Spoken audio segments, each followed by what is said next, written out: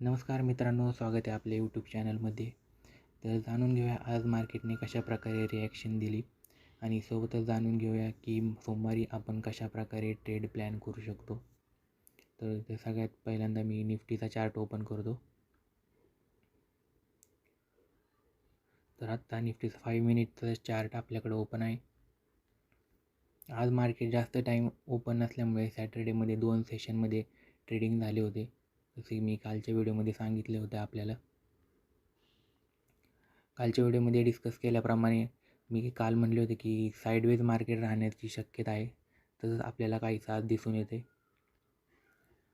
जर आपण पहिल्या 5 मिनिटच्या कॅन्डलचा हाय आणि लो मार्क जर केला इथे,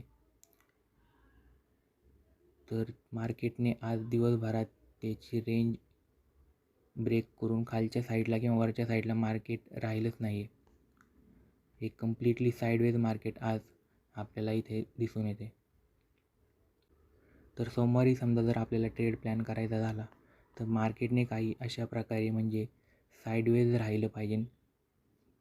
12-1 वाजेपर्यंत शक्यतो मार्केटने साईडवेज अशी रेंज एक क्रिएट केली पाहिजे इथे,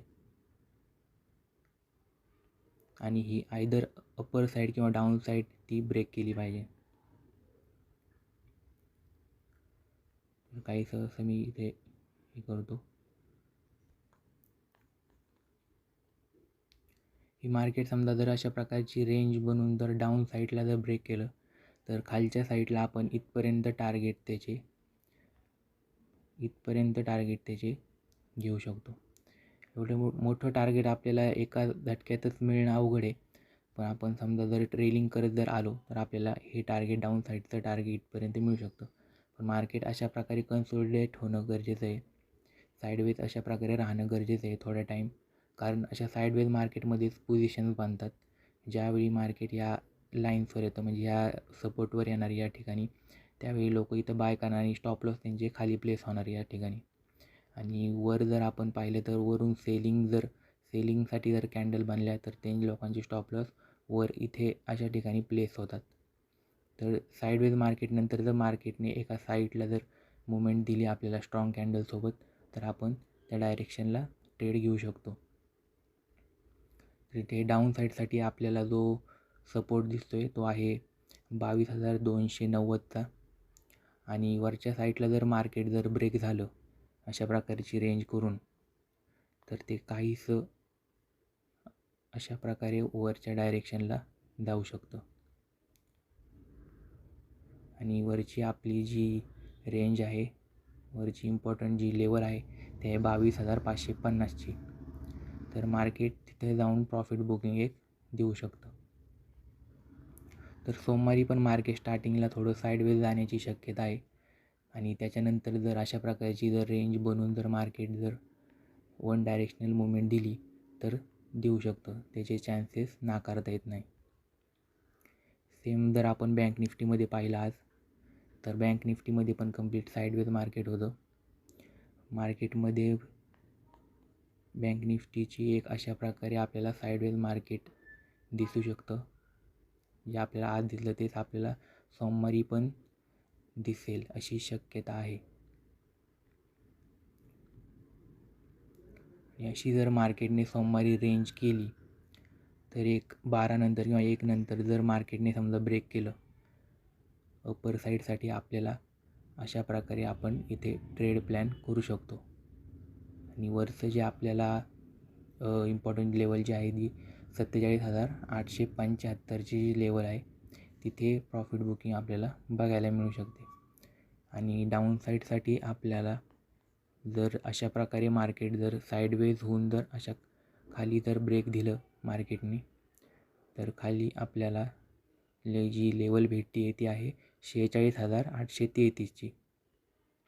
तर एकदम आपल्याला इथे सेलिंग करून आपण हे टार्गेट प्लॅन असं ठेवणार नाही खाली किंवा वर. पण आपल्याला समजा मार्केट तुम्ही इथं सेल केलं या ठिकाणी 47,250ला समजा जर मार्केट एखाद्याने सेल केलं समजा इथे बेरिश कॅन्डल बघून, तर आपल्याला जर मार्केट इथपर्यंत जर आलं 47,000पर्यंत समजा जर आलं, तर आपल्याला इथं 50 ते 60% क्वांटिटी एक्झिट करायची आहे, तिथून स्क्वेअर ऑफ करायचे आहेत.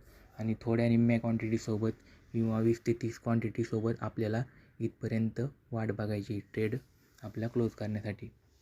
तर स्टॉप लॉस आपल्याला ट्रेल करत यावे लागेल किंवा ज्या आपल्या निम्म्या समजा जर आपण टार्गेटपर्यंत पोचलो तर आपल्याला तिथे 60 ते 70% क्वांटिटी तुमच्या रिस्क रिवॉर्डप्रमाणे तिथे आपण एक्झिट करू शकतो.